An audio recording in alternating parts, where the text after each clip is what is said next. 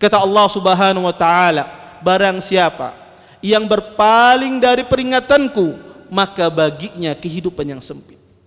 Maka kesusahan di atas kesusahan silih berganti menimpanya akibat dia tidak bertakwa kepada Allah Subhanahu wa taala.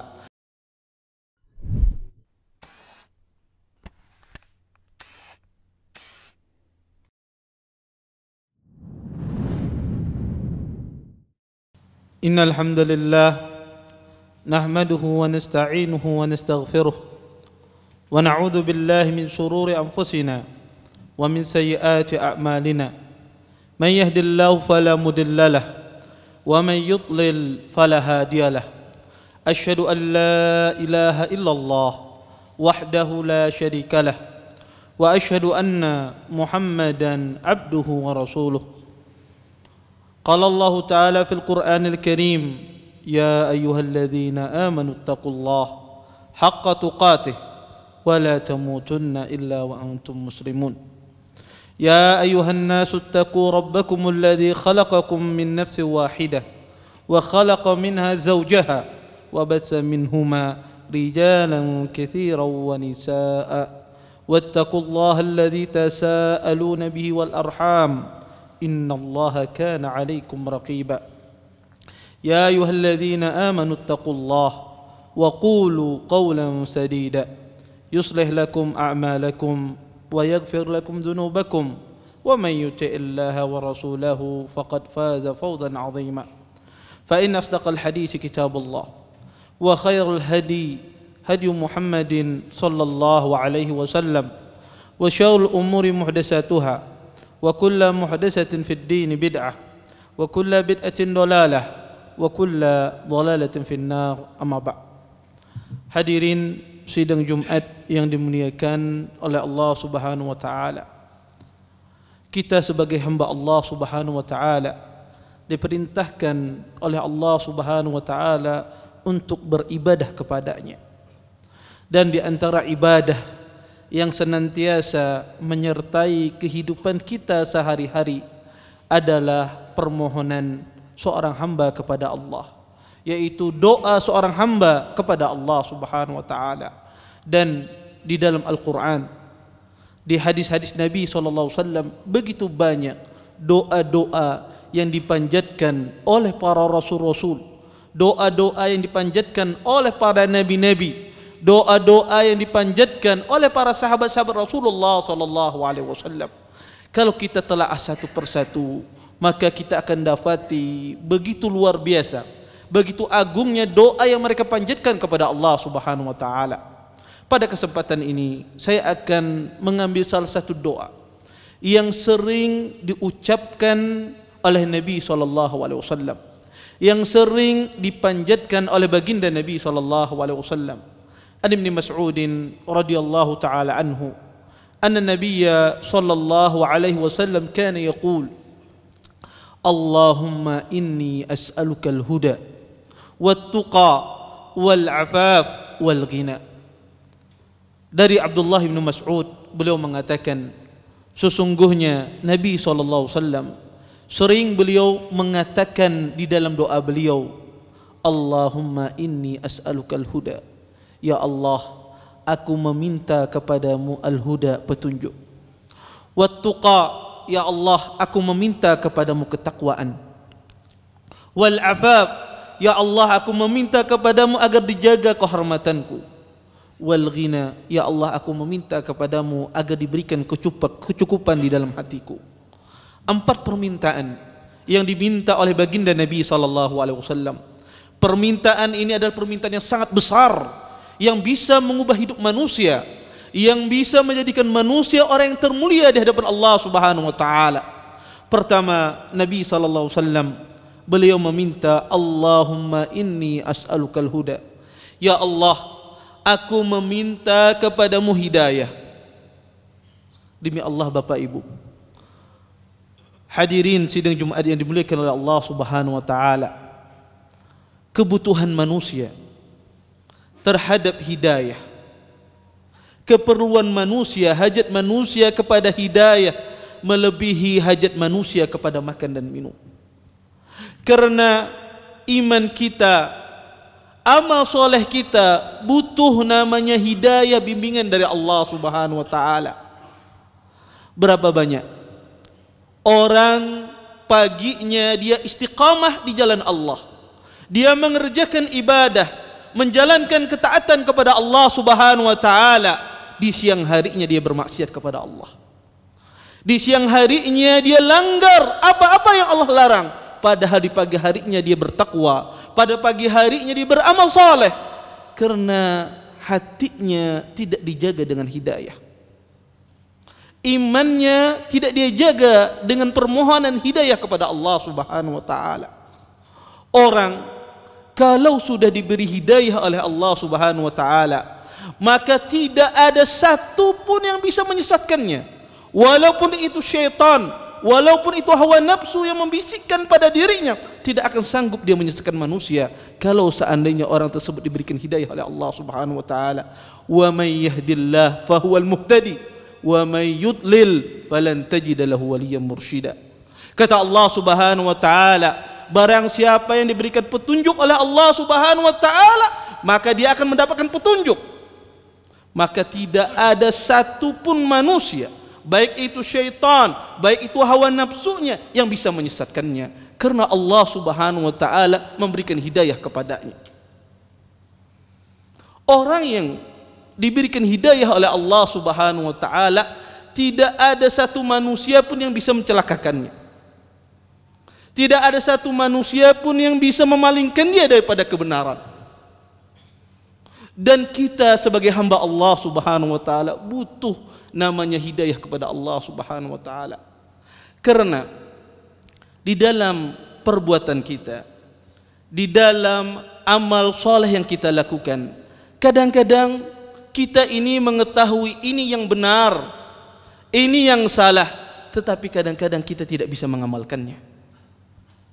Kadang-kadang kita mengetahui berapa banyak ibadah yang Allah syariatkan. Nabi SAW menjelaskan di dalam hadisnya, begitu banyak ibadah-ibadah yang kita ketahui. Salat malam, qiyamul lail, puasa sunnah, berzakat, bersedekah, banyak sekali ibadah yang kita ketahui.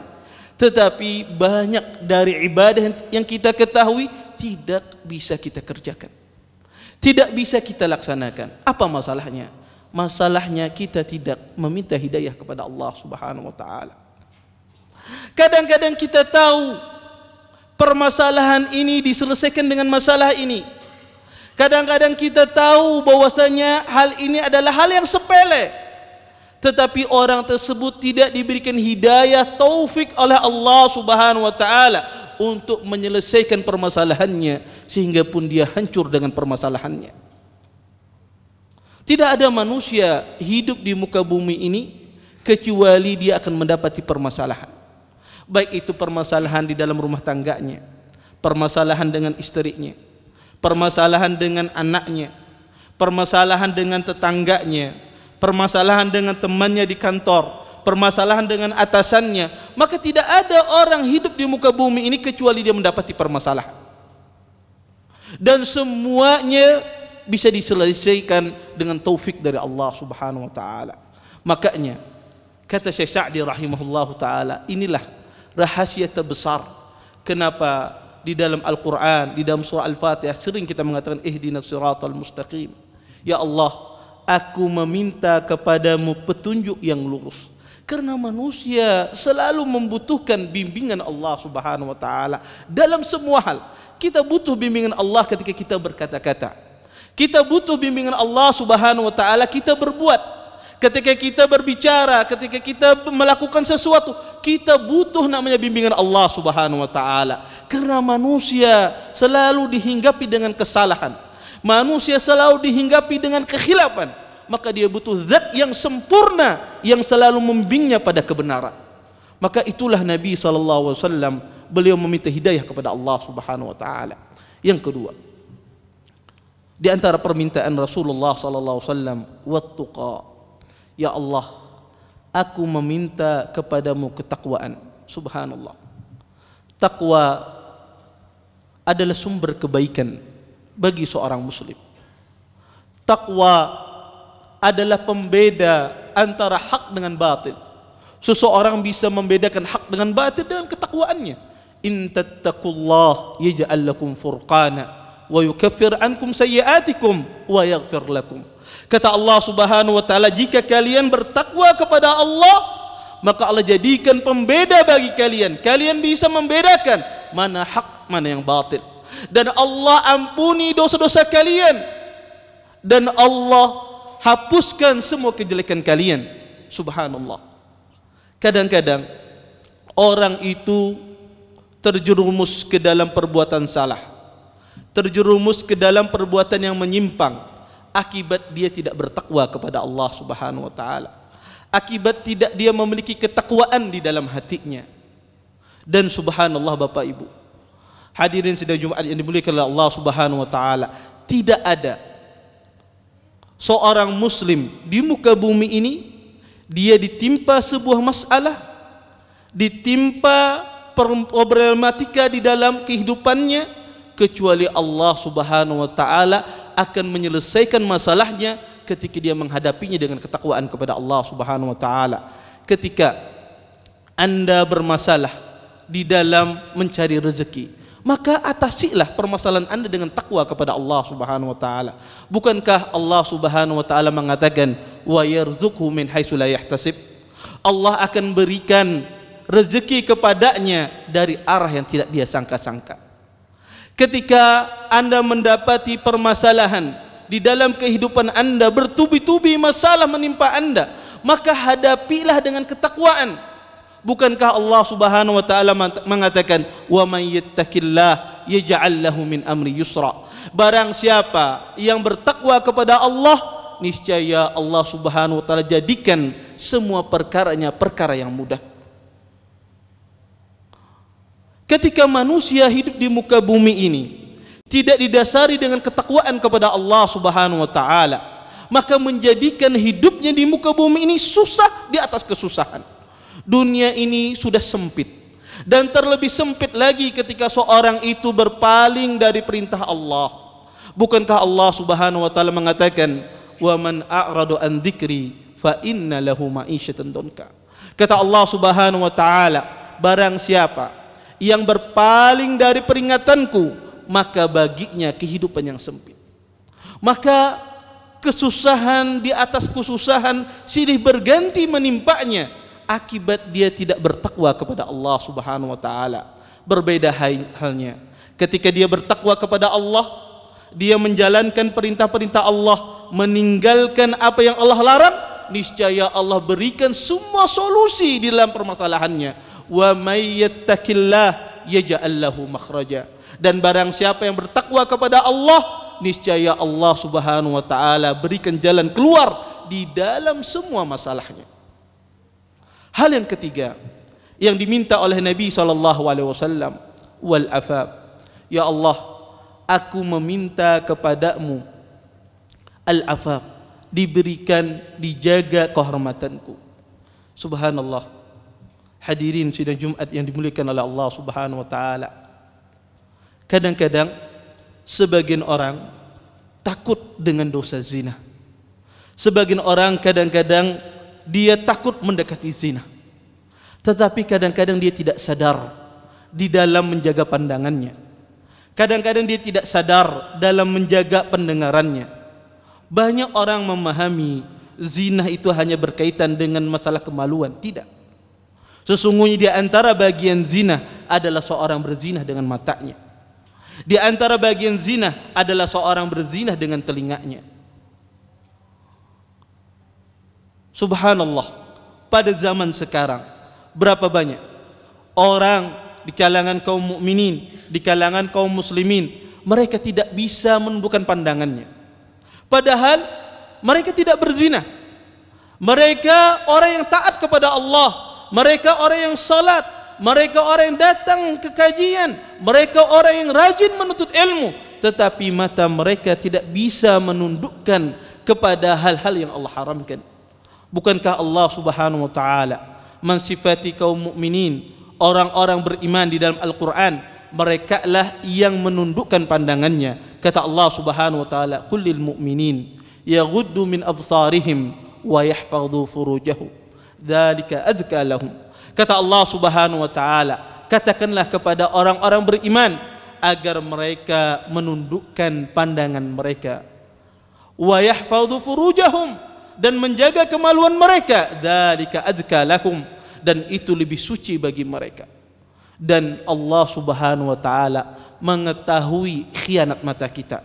Allah Subhanahu wa taala mengatakan, wallahu ya'lamu kha'inatal a'yun wa ma tukhfis sudur. Sesungguhnya dialah Allah Subhanahu wa taala yang mengetahui khianat mata kita, wa ma tukhfis sudur, dan apa yang kita sembunyikan di dalam dada-dada kita.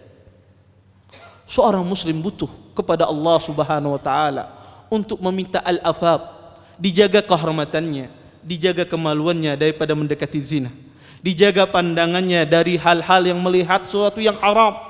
Dia meminta kepada Allah agar dijaga pendengarannya, agar tidak mendengar sesuatu yang Allah haramkan. Maka inilah yang diminta oleh Nabi SAW. Dan yang keempat, di antara yang diminta oleh Nabi SAW, wal ghina. Ya Allah, aku meminta kepadamu al-ghina, rasa kecukupan, rasa tidak berhajat kepada manusia, rasa tidak butuh kepada manusia. Dan inilah sesempurna-sempurna tawakal seorang muslim kepada Allah Subhanahu wa taala. Mereka tidak membutuhkan apa yang ada di tangan manusia. Mereka tidak berhajat kepada manusia.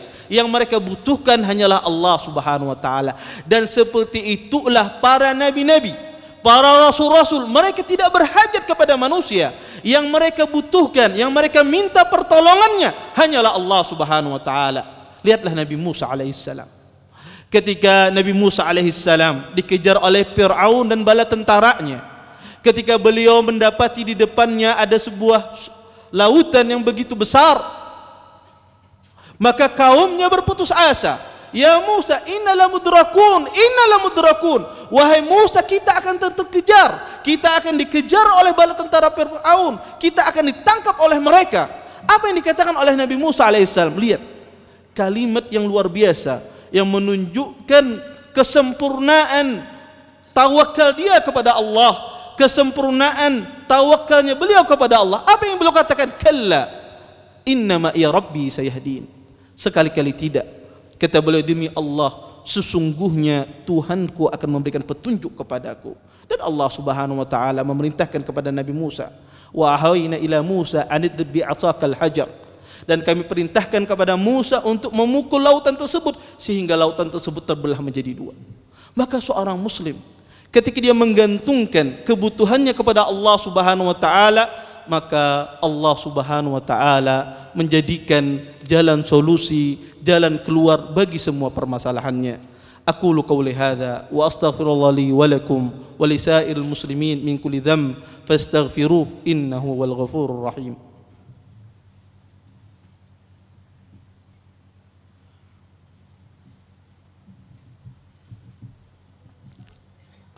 Innal hamdalillah nahmaduhu wa nasta'inuhu wa nastaghfiruh wa na'udzu billahi min shururi anfusina wa min sayyiati a'malina. May yahdihillahu fala mudilla lahu wa may yudlil fala hadiya lahu. Asyhadu an la ilaha illallah wahdahu la syarika lahu wa asyhadu anna Muhammadan abduhu wa rasuluh. Hadirin sidang Jumat yang dimuliakan oleh Allah Subhanahu wa taala. Kalau tadi Nabi Musa alaihissalam beliau memiliki bahasa ketergantungan beliau kepada Allah, kalla innama ya rabbi sayahdin, sekali-kali Tuhanku akan memberikan petunjuk kepadaku. Maka berbeda halnya dengan Hajar alaihissalam. Hajar ketika ditinggalkan oleh Nabi Ibrahim di sebuah lembah yang tidak berpenghuni, yang tidak ada sesuatu makanan pun di sekitarnya. Ketika ditinggalkan oleh Nabi Ibrahim alaihissalam, Hajar berkata, ya Ibrahim, atatrukana fi hadzal wadi. Wahai Ibrahim, apakah engkau meninggalkan kami di sebuah wadi, di sebuah lembah yang tidak ada makanan dan minuman? Kemudian kata Nabi Ibrahim, iya. Allahu amarka bihadza? Apakah Allah Subhanahu wa taala menyuruhmu demikian? Kata Nabi Ibrahim, iya. Kemudian keluarlah sebuah kalimat yang luar biasa. kalimat yang patut ditulis dengan tinta emas. Apa kata Hajar alaihissalam? Idzan lan yudayyi'ana. Kalau begitu Tuhanku tidak akan menyia-nyiakanku, Tuhanku tidak akan mentelantarkanku. Dan subhanallah, Allah jadikan pada Hajar, pada lembah tersebut, ya, keluar air Zam-Zam, yang dimana orang-orang semua kaum mukminin sampai saat ini menikmati air Zam-Zam tersebut. Akibat bagaimana tawakalnya Hajar begitu tingginya kepada Allah, karena dia tidak membutuhkan manusia. Kalau Hajar punya bahasa idzan lan yudayyi'ana, maka Nabi kita pun memiliki bahasa yang luar biasa. Ketika Nabi SAW terpojok di dalam peperangan Uhud, ketika orang-orang itu mengatakan, orang-orang kufar Quraisy mengatakan kepada Nabi SAW, alladzina qala lahumun nas innan nasa qad jama'u lakum fakhshawhum fazadahum imana. Dan ketika manusia, yaitu orang-orang kafir Quraisy, mengatakan kepada kaum mukminin, innan nas qad jama'u lakum, sesungguhnya manusia telah berkumpul untuk menyerang kalian, fakhshawhum, takutlah kalian kepada manusia, fazadahum imana. Maka para sahabat pun bertambah keimanan mereka kepada Allah, dan mereka mengatakan waqalu hasbunallah wa ni'mal wakil. Cukuplah Allah Subhanahu wa taala sebagai penolongku, dan Allah sebagus-bagus penolong. Oleh karena itu, biasakan di dalam kehidupan kita, kita tidak berhajat kepada manusia, tetapi yang kita berhajat hanyalah kepada Allah Subhanahu wa taala. Kalau manusia menggantungkan hajatnya kepada Allah Subhanahu wa taala, Allah penuhi semua kebutuhan kita, Allah penuhi semua hajat kita, dan dunia itu akan datang kepada kita dengan penuh kehinaan walaupun tanpa kita minta, karena di dalam hati kita hanyalah Allah Subhanahu wa taala, dan kita tidak berhajat kepada manusia. Kata Nabi sallallahu alaihi wasallam, atathud dunya wa hiya raghimatun. Dunia itu akan datang kepada orang tersebut walaupun dia tidak melihatnya, walaupun dia tidak menginginkannya, maka dunia itu akan datang di hadapannya dengan penuh kehinaan. Maka muliakanlah diri anda dengan anda mentergantungkan diri anda hanya kepada Allah, tidak anda menggantungkan diri anda kepada manusia. Aqulu qawli hadza wa astaghfirullaha li wa lakum wa lisa'iril muslimin min kulli dhanb fastaghfiruhu innahu ghafurur rahim. Innallaha wa malaikatahu yusalluna 'alan nabi ya ayyuhalladzina amanu sallu 'alaihi wa sallimu taslima. Allahumma salli 'ala Muhammad wa 'ala ali Muhammad kama sallaita 'ala Ibrahim wa 'ala ali Ibrahim innaka Hamidum Majid.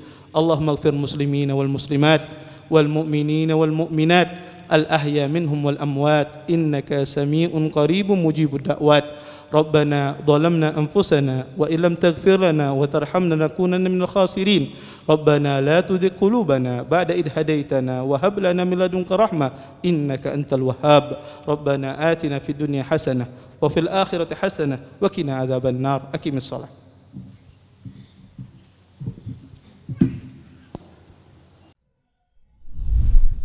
Terima kasih. Jazakumullah khairan wa barakallahu fikum.